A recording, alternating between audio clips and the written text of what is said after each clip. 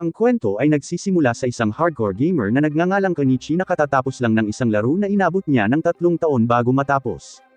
Matapos, sumandal siya sa kanyang upuan at bumantong hininga, iniisip kung gaano kabagot at nakakadismaya ang laro. Sa kabila ng mahabang panahon, hindi talaga siya nito na challenge. Ang talagang gusto ni Kenichi ay isang laro na magtutulak sa kanya hanggang sa kanyang limitasyon. Isang bagay na napakahirap na aabutin niya nang hindi bababa sa 10 taon bago niya malampasan.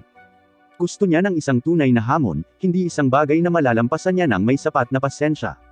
Dahil dito, agad na hinanap ni Kenichi ang kanyang susunod na laro. Nag-scroll siya sa iba't ibang mga pamagat, review, at rekomendasyon, ngunit walang pumukaw sa kanyang interes.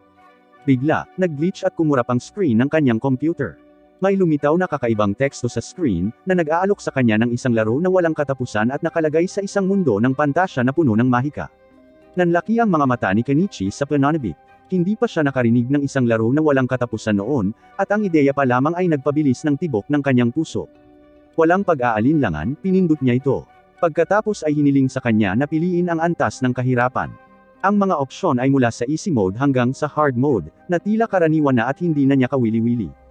Gayunpaman, habang nag-scroll siya pababa, napansin niya ang isang karagdagang opsyon sa ibaba na tinatawag na Hell Mode. Ito ay isang bagay na hindi pa niya nakikita sa anumang laro noon. Tumitindi ang kanyang pananabik nang mapagtanto niya na maaaring ito na ang hamong hinahanap niya. Nang walang pag-aalinlangan, pinili niya ang Hell Mode. Sunod, pinili niya ang Summoner class at buong kumpiyansang pinindot ang Start button.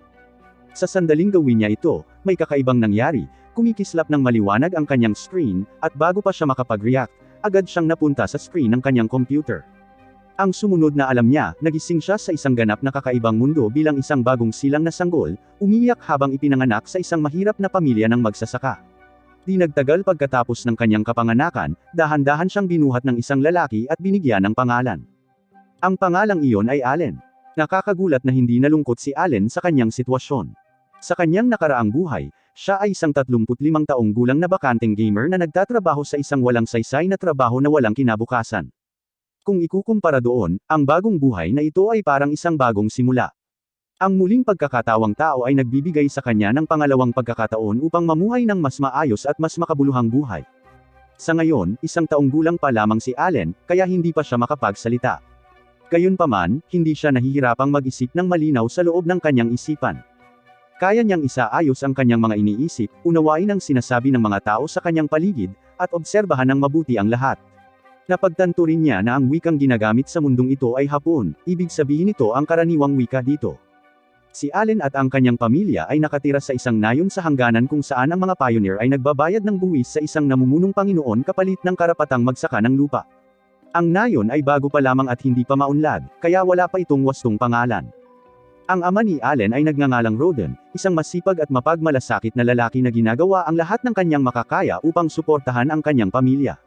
Base sa kanyang hitsura at pag-uugali, nahulaan ni Allen na si Roden ay nasa mga 20 taong gulang. Ang pangalan ng kanyang ina ay Teresia, at ipinapalagay ni Allen na malamang ay nasa huling bahagi na siya ng kanyang pagka-teenager. Sa panunood kung gaano kalapit at kamahal ng kanyang mga magulang sa isa't isa, naisip ni Allen na sandali na lamang bago siya magkaroon ng mga nakababatang kapatid. Nang gabing iyon, matapos mahiga si Allen, tahimik siyang nahiga roon at nagsimulang mag-isip. Bigla niyang naalala na sa mundong ito, isa siyang summoner. Dahil sa kuryosidad, nagpasya siyang subukang buksan ang isang status window para tingnan ang kanyang mga estatistika. Gayunpaman, nang sandaling sinubukan niyang gawin iyon, isang hindi inaasahang bagay ang nangyari. Sa halip na isang simpleng window lamang ang lumitaw, isang malaking libro ang biglang lumitaw at lumutang sa ibabaw niya sa hangin. Napasigaw si Allen sa gulat nang bigla itong makita. Lubos na nagulat sa lumitaw. Ang kanyang sigaw ay agad na nakakuha ng atensyon ng kanyang mga magulang. Nang mapagtanto ni Allen na masama ito, nataranta siya at mabilis na pinaalis ang lumulutang na libro bago pa nila ito makita. Nagmadali ang kanyang mga magulang upang tingnan siya, ngunit nang makita nilang walang kakaibang nangyayari, inakala nilang nag-iingay lang siya habang natutulog. Sa pag-aakalang hindi ito seryoso, tahimik silang lumabas ng silid. Nang makaalis na sila, maingat na inilabas muli ni Allen ang libro. Hindi nagtagal ay nalaman niya na ang lumulutang na libro ay isang grimoire na naglalaman ng lahat ng detalye tungkol sa kanyang mga estatistika at kakayahan. Habang binabasa niya ito, nakumpirma niya na isa talaga siyang summoner, tulad ng klase na pinili niya sa laro. Ipinaliwanag ng libro na maaari niyang ipatawag ang mga nilalang, ngunit dahil sa kanyang murang edad, limitado lamang siya sa pagpatawag ng mga insekto at halimaw. Gayunpaman, labis na nasasabik si Allen. Gusto niyang magpatawag agad ng isang bagay, kaya sinubukan niyang magpatawag ng insekto. Gayunpaman, kahit ilang beses niyang subukan, walang nangyari. Matapos ang ilang nabigong pagtatangka, pinilit ni Allen ang kanyang sarili na kumalma at mag-isip ng mabuti. Naalala niya ang isa pang skill na nakalista sa grimoire at nagpas siyang subukan munang gamitin ang kanyang create skill. Nang ma-activate niya ito, sa wakas ay may nangyari. Isang crafting card para sa isang insekto ang lumitaw sa harap niya. Nang makita ito, napagtanto ni Allen na kailangan muna niyang likhain ang nilalang bago niya ito matawag. Ngayong nasa kanya na ang crafting card, naghanda siyang tawagin ng maayos ang insekto. Nang malapit na niya itong gawin, pumasok ang kanyang ina upang tingnan siya. Agad na tumugon si Allen, humiga muli at nagkunwaring natutulog. Kahit na lumabas na ng kwarto ang kanyang ina, napansin niyang bigla siyang napagod ng husto. Bumigat ang kanyang mga talukap at napagtanto niyang walang saysay ang pagpilit sa sarili na manatiling gising. Dahil nagpasya siyang mas mabuting magpahinga, pinili niyang matulog at subukang mag-summon muli kinabukasan. Kinabukasan, habang hindi siya binabantayan ng kanyang mga magulang, maingat na inilabas muli ni Allen ang kanyang grimoire. Sa pagkakataong ito, matagumpay niyang natapos ang pag-summon.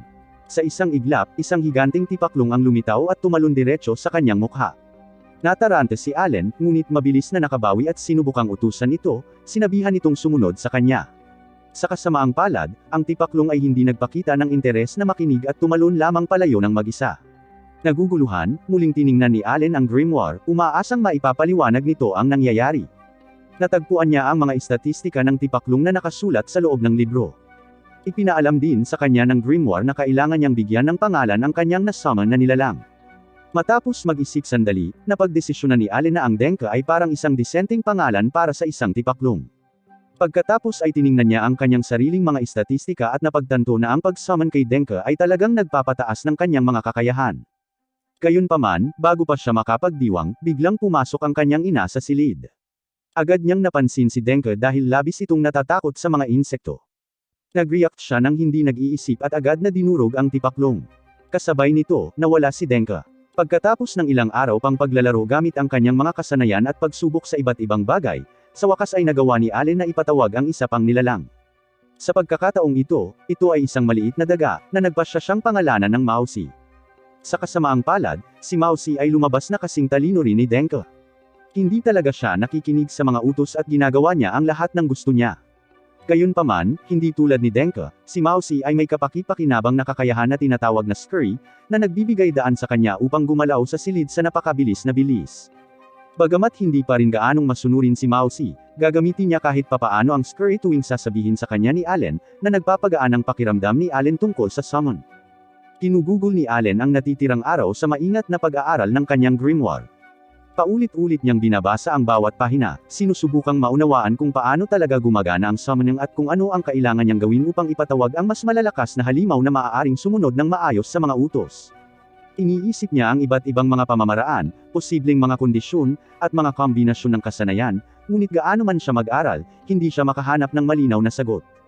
Sa huli, ang lahat ng kanyang pagsisikap ay wala, at siya ay naiwang nakaramdam ng kaunting pagkabigo. Nang hapong iyon, ang ama ni Allen na si Roden, ay sa wakas ay umuwi. Ang kanyang mga damit ay may mantsa ng dugo, at malinaw na kagagaling lang niya mula sa isang mapanganib na pangangaso. Buong pagmamalaking sinabi ni Roden kay Allen na nagawa niyang talunin ang isang napakalaking baboy ramo. Ipinagpatuloy niya ang paglalarawan kung gaano ito kalaki at nakakatakot at pagkatapos ay tinanong si Allen kung gusto niya itong makita. Nang marinig ito, si Allen ay labis na natuwa. Ito ang magiging unang tunay na halimaw na makikita niya sa mundong ito. Nang makita kung gaano kasaya ang kanyang anak, nagpasya si Roden na isama ito. Ito ang unang pagkakataon na aalis si Allen sa bahay, kaya't labis siyang natuwa. Sa sandaling iyon, itinuro ng kanyang ama ang isang kawon ng mga ibon na kilala bilang albahiran. Sa panahong ito, sabay silang lumilipad pahilaga, hudyat ng pagdating ng taglagas. Pagkatapos ay ipinaliwanag ni Roden kay Allen na ipinangalan niya ito sa albahiran. Pagkatapos ng halos 10 minutong paglalakad, nakarating sila sa lugar kung saan hinihiwa ang baboy ramo. May ilang tao na roon, nagtutulungan upang maproseso ang halimaw. Sa una, napuno ng pananabik si Allen habang tinatitigan niya ito ng malapitan. Gayunpaman, matapos itong suriin ng mas mabuti, ang pananabik na iyon ay unti-unting napalitan ng takot. Nang makita niya mismo ang isang malaki at makapangyarihang halimaw, napagtanto niya kung gaano talaga ito katakot. Naunawaan ni Allen na kung sakaling kailanganin niyang labanan ang isang bagay na tulad nito ngayon, wala siyang magagawa. Maya-maya, isa sa kanilang mga kapitbahay, isang lalaking nagngangalang Gerda, ang lumapit kay Roden at binati ito sa pagtalo sa baboy ramo. Di nagtagal, ang iba pang mga taga-nayon sa malapit ay nagsimulang maghiyawan din. Alam nilang lahat na ang pagpuksa sa isang baboy ramo na tulad nito ay hindi madaling gawain at ito ay isang malaking tagumpay. Formal na ipinakilala ni Roden si Allen kay Gerda. Natigilan si Gerda nang makita niya kung gaano kabait at kagalang-galang si Allen, lalo na't 1 taong gulang pa lamang ito. Sa pagsasaalang-alang nito, tinanong ni Allen si Gerda kung gaano talaga kalakas ang isang baboy ramo. Ipinaliwanag ni Gerda na ang mga baboy ramo ay natural na mga C-rank na halimaw at karaniwang nangangailangan ng humigit kumulang 20 katao na nagtutulungan para mapabagsak ang isa lamang sa kanila. Nang marinig ito, tahimik na tinandaan ni Allen ang impormasyon. Napagtanto niya na nagbibigay ito sa kanya ng malinaw na pamantayan para sa kung anong uri ng lakas ang umiiral sa mundong ito at kung ano ang maaaring harapin niya sa hinaharap. Pagkalipas ng halos 10 buwan, nakatanggap si Allen ng ilang kapanapanabik na balita. Natuklasan niya na sa wakas ay naabot na niya ang level 2 bilang isang summoner. Ang level up na ito ay nagbibigay daan sa kanya na lumikha ng mga G-rank creature card, na isang malaking hakbang pasulong para sa kanya. Bukod pa riyan, nakakuha siya ng isang brand new skill na nagbibigay daan sa kanya na pagsamahin ang kanyang mga summoned creature. Ang pinakamaganda sa lahat ay nadodoble ang espasyo ng kanyang inventaryo. Nangangahulugan nito na maaari na siyang magkaroon ng dobleng dami ng buff kaysa dati, na lubos na nagpapataas ng kanyang potensyal na lakas. Nang gabing iyon, pagkatapos kumain, mas nasasabik si Allen kaysa dati sa kanyang bagong level, bagong skill, at pinalawak na inventaryo. Sabik siyang naghanda upang subukan ang kanyang fusion technique sa unang pagkakataon. Ngunit hindi nagtagal ay nakaramdam ng pagkadismaya si Allen nang mapagtanto niya na hindi pa rin niya magagamit ang kanyang fusion technique sa kanyang mga card. Kahit na puno na ang kanyang MP, gaano man niya kasikap o gaano man niya kaingat na sundin ang proseso, hindi pa rin gumagana ang fusion. Nakakadismaya ito sa kanya, ngunit naiintindihan niya na masyado pa siyang bata at hindi pa sapat ang lakas. Lumipas ang panahon, at nang mag-3 taong gulang na si Allen, malinaw at kapansin-pansin na ang kanyang pag-unlad sa kanyang landas bilang isang summoner. Matapos ang maraming pagsubok at maraming pagsasanay, sa wakas ay nagtagumpay siya sa paggamit ng kanyang fusion technique sa ilan sa kanyang mga baraha. Sa pamamagitan ng prosesong ito, nagawa niyang gumawa ng isang bird card, at ang ibong na kanyang ipinatawag dito ay pinangalan ng Chappie. Si Chappie ay may espesyal na kakayahan na tinatawag na voice mimicry, na nagbibigay daan sa kanya na perpektong gayahin ang anumang sinasabi ni Allen. Nang marinig ni Allen na kinopya ni Chappie ang kanyang boses, agad niyang napagtanto kung gaano kapaki-pakinabang ang kakayahang ito. Inisip niya ang paggamit nito upang lituhin ang mga kaaway, akitin ang mga halimaw sa mga patibong, o lumikha ng mga distraction sa panahon ng labanan. Habang tinitingnan ni Allen ang lahat ng kanyang natutunan sa ngayon, nasiyahan siya sa kung gaano kalalim at kakomplikado ang mundong ito. Tapat niyang inamin sa kanyang sarili na ang mundong ito ay parang ang tugatog ng hardcore gaming, higit pa sa anumang naranasan niya sa kanyang nakaraang buhay. Pagsapit ng 3:00 ng hapon, isa sa mga kaibigan ni Allen, isang babaeng nagngangalang Krena, ang dumating para sa isang playdate.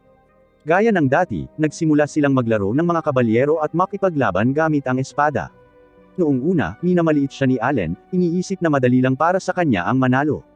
Gayunpaman, laking gulat niya nang mas mabilis at mas maliksi si Krena kaysa sa inaasahan niya. Mabilis siyang kumilos, iniwasan ang mga atake nito, at gumanti bago pa siya makareact. Nahirapan si Allen na sabayan ang bilis nito, at bago pa niya namalayan, natalo na siya sa laban.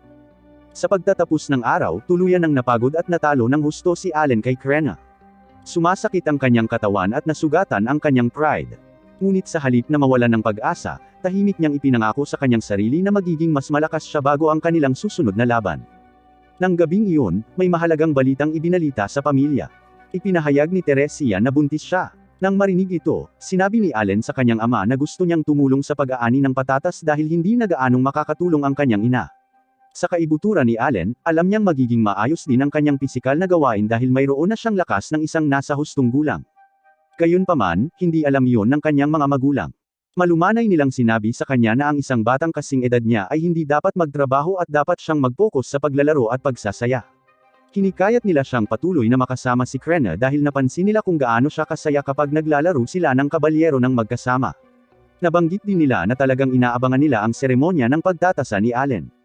Walang ideya si Allen kung ano yon. Kaya, ipinaliwanag nila na kapag siya ay naging 5 taong gulang, magkakaroon ng isang banal na seremonya upang matukoy kung anong uri ng talento ang taglay niya. Talagang umaasa sila na makakatanggap si Allen ng isang mahusay na talento, isa na sa wakas ay magpapalaya sa kanilang pamilya mula sa buhay bilang mga magsasaka. Pagkalipas ng ilang buwan, noong panahon ng taglamig, aksidenteng nakalimutan ni Allen na itago si Denka. Dahil dito, biglang nakita ng kanyang ina ang insekto. Takot, nadulas si Teresia at bumagsak sa lupa. Nang sumugod si Roden upang tingnan siya, sinabi niya sa kanya na nabasag ang kanyang tubig at malapit na ang sanggol. Nagkataong malapit lang si Krenon noong panahong iyon dahil sila ni Allen ay may isa pang playdate. Mabilis na hiniling ni Roden kay Krenon na kunin ang kanyang mga magulang dahil mayroon silang karanasan sa pagtulong sa panganganak. Hindi nagtagal, dumating si Gerda at ang kanyang asawang si Matilda upang tulungan si Teresia.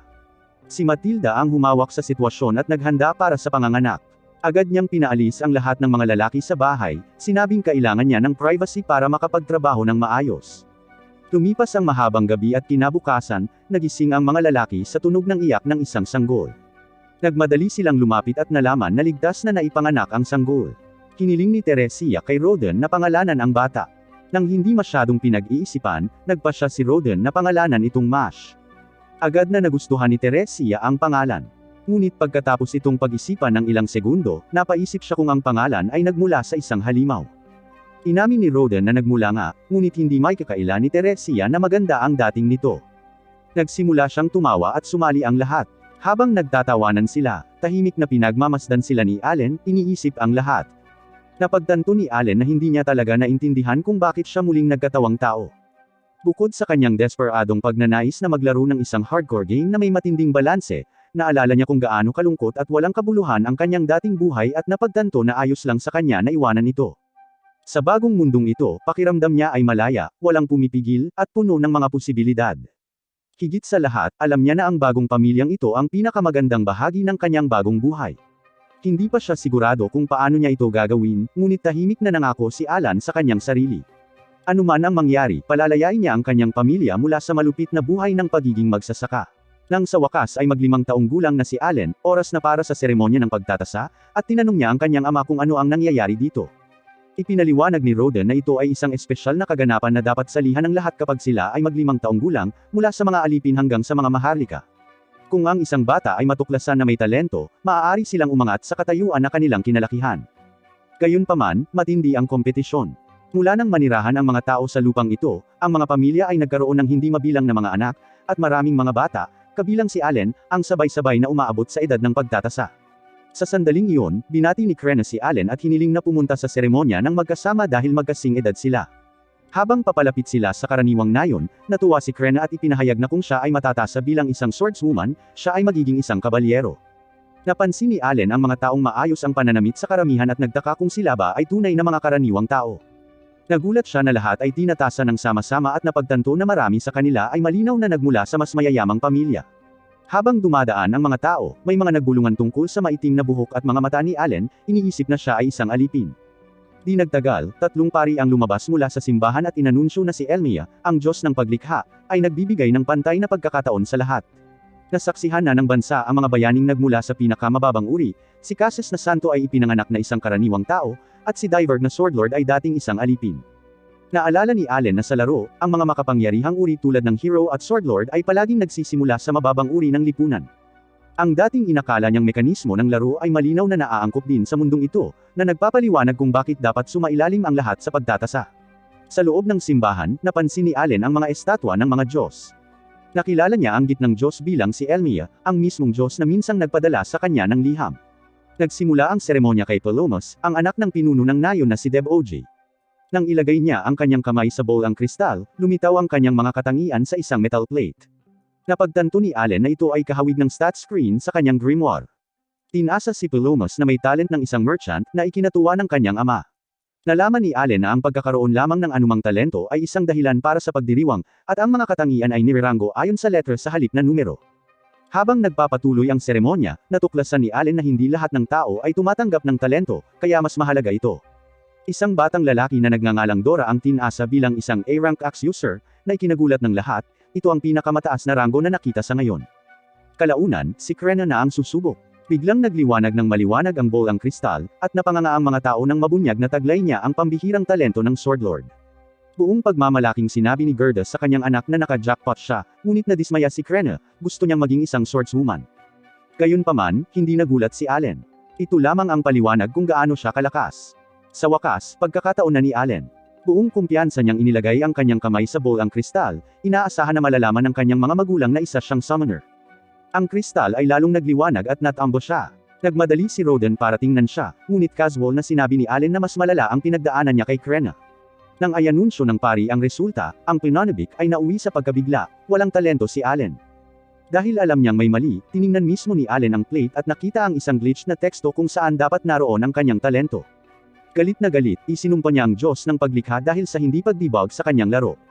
Sa kabila ng resulta, iniuwi ni Roden si Allen, kung saan tiniyak sa kanya ni Teresa na hindi mahalaga ang mga talento, siya pa rin ang kanilang ipinagmamalaki at kasiyahan. Naisip ni Allen na kahit mahirap ang kanyang pamilya, tunay siyang masaya na maging bahagi nito. Nang gabing iyon, tiningnan niya ang kanyang grimoire at natuklasan na lahat ng kanyang mga katangian ay E-rank. Napagtanto niya na siya lang ang naglalaro sa Hell Mode. Ang lahat ng iba ay level 1 tulad niya, ngunit ang kanilang mga ranggo ay nagpapakita ng normal na paglaki, habang ang kanyang mga estatistika ay umuunlad sa mas maliit na bahagi ng karaniwang rate. Sa halip na mawala ng pag-asa, umiti si Allen, ito mismo ang uri ng hamon na kinahihiligan ng mga hardcore gamers. Pagkalipas ng ilang araw, napansin ni Allen ang kakaibang kilos ni Roden. Di nagtagal, binisita nila ang tahanan ni Gerda upang ipagdiwang ang pagiging isang swordlord ni Krenna. Sumiklab ang tensyon ng igiit ni Roden na dapat ilayo ni Gerda ang kanyang pamilya sa mga karaniwang tao para sa kapakanan ni Krenna. Galit na tinanggihan ni Gerda ang ideya, at lumala ang pagtatalo hanggang sa makialam ang mga ina at kakalmeyan ang lahat. Nalaman ni Allen na ang mga matatanda ay mga magkakaibigan noong bata pa sila na magkasamang nagtayo ng nayon ilang taon na ang nakalilipas. Kinabukasan, kumalat ang balita na darating ang Order of Knights. Dumating ang kapitan ng kabalyero na si Zinov upang beripikahin ang pagtatasa ni Krenna. Inakusahan sila ng pamemaki, may parusang kamatayan, humingi siya ng tunggalian. Sa kabila ng kanyang edad, sabik na tinanggap ni Krenna. Hinarap niya si Vice Captain Lebron at ginulat ang lahat ng kanyang napakalakas na kapangyarihan, na sa huli ay nabasag ang espada nito. Agad na umamin si Zinov, si Krenna ay isang tunay na swordlord. Pagkatapos, humingi ng tawad si Zinov at inanyayahan si Gerda na pag-usapan ang kinabukasan ni Krenna. Sa isang pagdiriwang ng kainan, inanunsyo na ang nayon ay papalitan ng pangalang Krenna Village bilang parangal sa kanya. Ipinaliwanag ni Zinov na ang mga maling pagtatasa noon sa mga maharlika ang nagtulak sa kaharian na gumamit ng mahigpit na mga pamamaraan ng verification.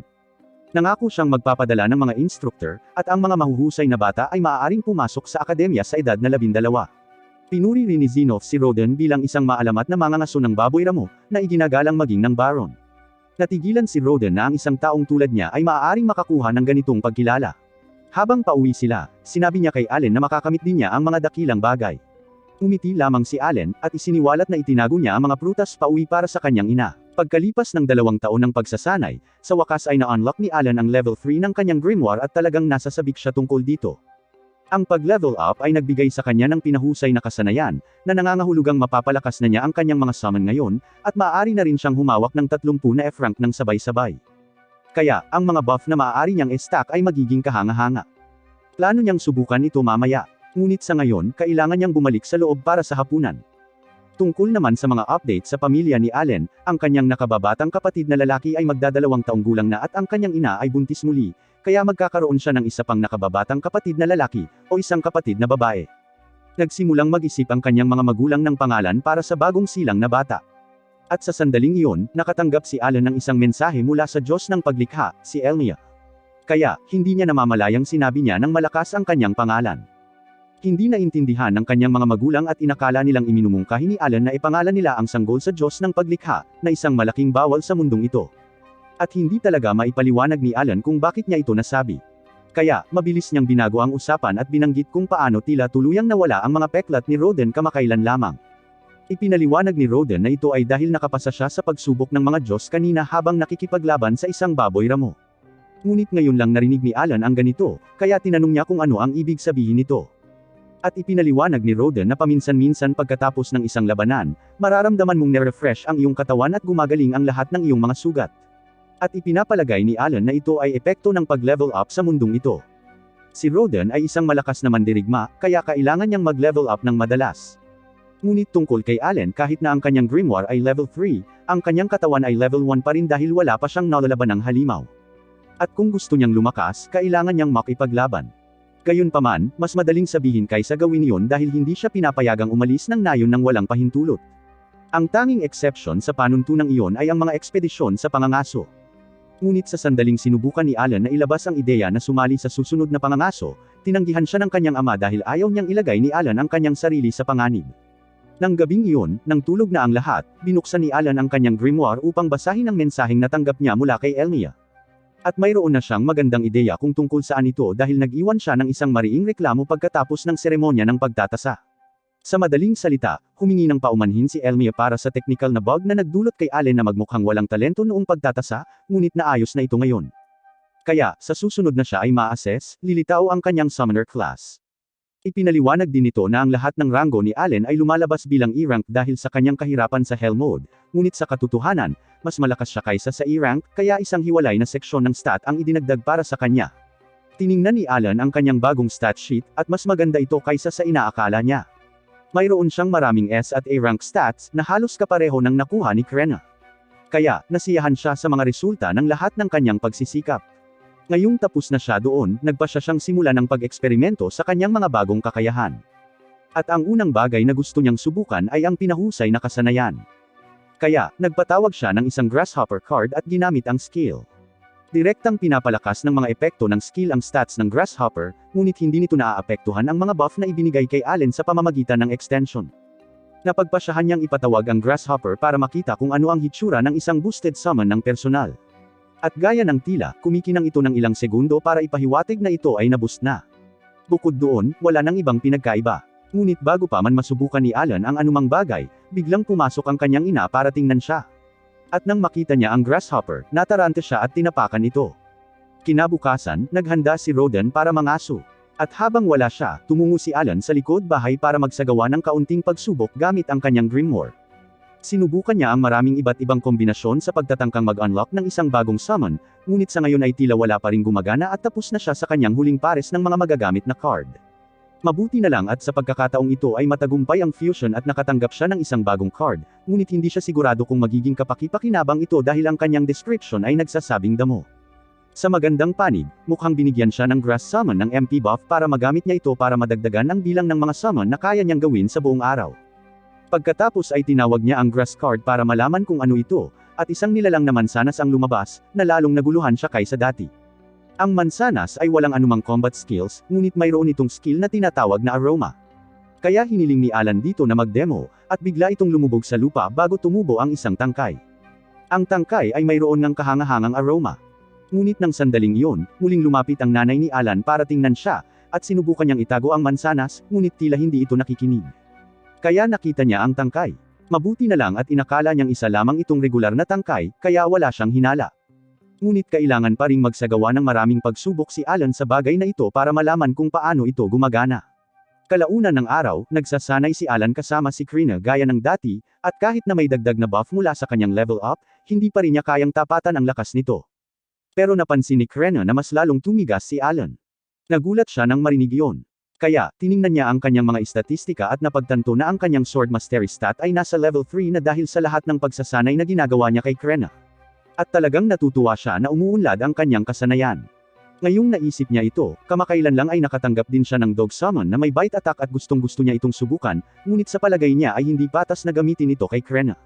Pagkatapos noon, ginugol ni Alan ang natitirang araw sa paghagis ng mga bato sa puno sa likod bahay sa pag-asang magising ang isang bagong kasanayan o kung ano paman, ngunit hindi pa ito maganda sa ngayon, kaya nagsisimula siyang makaramdam na ito ay isang malaking pag-aaksaya ng oras.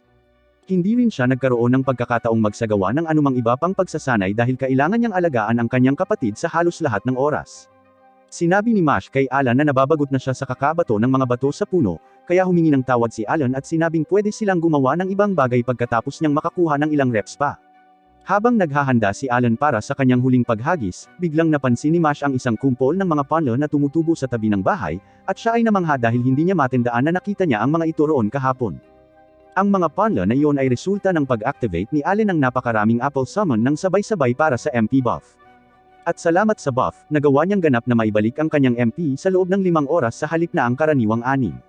Kaya, maaari na niyang gamitin ang mahigit 15% na mas maraming mana bawat araw ngayon. Pagsapit ng gabi, nagtipon-tipon ang lahat para sa hapunan gaya ng dati. Ngunit hindi pa bumabalik si Roden mula sa kanyang pangangaso, na talagang kakaiba, lalo na't hindi nila balak pumunta sa malalim na bahagi ng kagubatan ngayon. Halatang nag-aalala si Teresia, ngunit sinusubukan niyang manatiling optimistiko tungkol sa sitwasyon.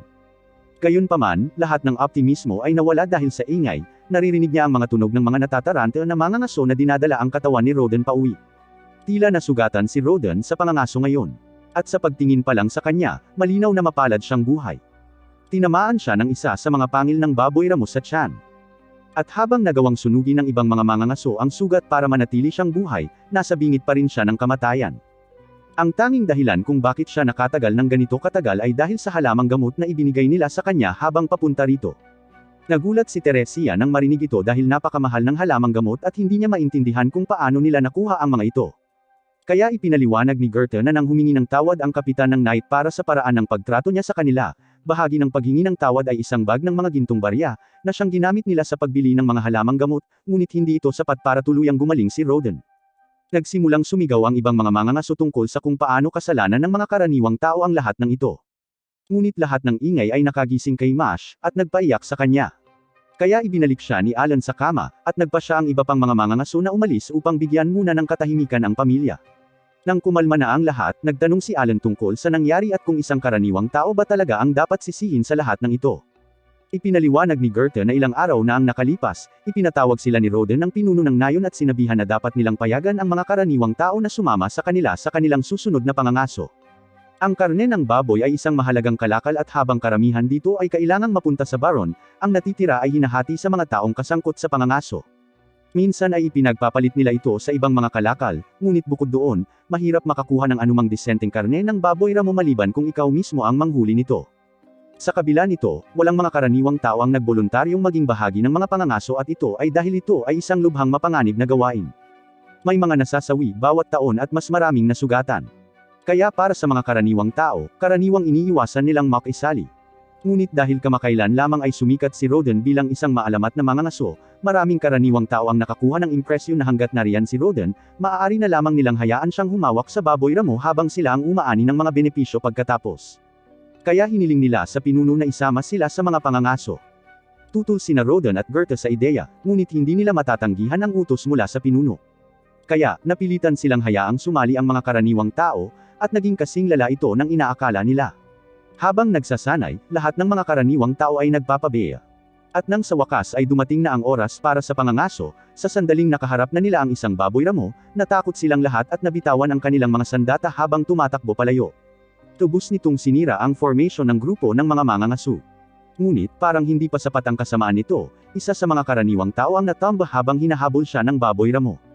Kaya't kusang lumapit si Roden upang protektahan siya, ngunit natusok siya sa tiyan bilang resulta. Sa kalaunan ay napatay ng iba ang baboy ramo. Kaya sinabi ni Goethe na dadalhin niya ang bahagi ng karne na para kay Roden bukas. Ngunit wala na siyang ibang magagawa para makatulong. At pakiramdam ni Alan ay isa siyang ganap na talunan dahil hanggang ngayon, nakatuon lamang siya sa pag-angat ng kanyang sarili sa halip na aktwal na tulungan ang kanyang pamilya. Kinabukasan, nagkamalay si Roden at natuwa ang lahat na buhay siya. Ngunit malalim pa rin ang iniisip ni Alan. Parang laro ang tingin niya sa mundong ito sa buong panahon. Pero para sa mga taong nakatira rito, hindi ito laro. Ito ang realidad nila, at kailangan nilang magsumikap para mabuhay. Kaya, ang pinakamababa niyang magagawa ay gamitin ang kanyang kapangyarihan para tulungan sila. Maya-maya, bumalik si Goethe dala ang bahagi ni Roden sa karne gaya ng ipinangako, at nakahinga siya ng maluwag nang makitang gising na si Roden, ngunit nasa masamang kalagayan pa rin siya, kaya malamang hindi na siya makakapangaso para maghanda para sa taglamig. Nag-alok si Goethe na ibahagi ang kanyang imbak kay Roden at sa kanyang pamilya para tumulong. At pinahahalagahan ito ni Roden, ngunit bigla na lang nagsalita si Alan at sinabi sa lahat na gusto niyang pumalit kay Roden. Napansin nilang lahat na seryoso siya rito, kaya walang tumutol. At nang umagang iyon, pumasok siya sa trabaho sa pamamagitan ng pag-iigib ng tubig mula sa balon. Binalaan siya ng ibang mga lalaki roon na huwag itong sobrahan dahil mahirap para sa isang bata ang ganoong karaming tubig. Pero madali itong naiuuwi ni Alan. Hanggang ngayon, itinatago niya ang mga epekto ng kanyang mga stat buff. Ngunit dahil nakatuon na ang atensyon ng lahat kay Krenna dahil isa na itong paparating na bayani, ayos lang sana para sa kanya na medyo mapansin. Pagkatapos niyang mag-igib ng tubig, tumungo siya sa bukid kasama si Gerta para anihin ang mga patatas. Ipinakita ni Gerta ang pinakamahusay na paraan para bunutin ang mga patatas mula sa lupa, at inakala niyang mahihirapan si Alan dito. Ngunit laking gulat niya nang magawa ito ni Alan gamit ang isang kamay lamang. Mabilis siyang nakaani ng 3 basket ng patatas.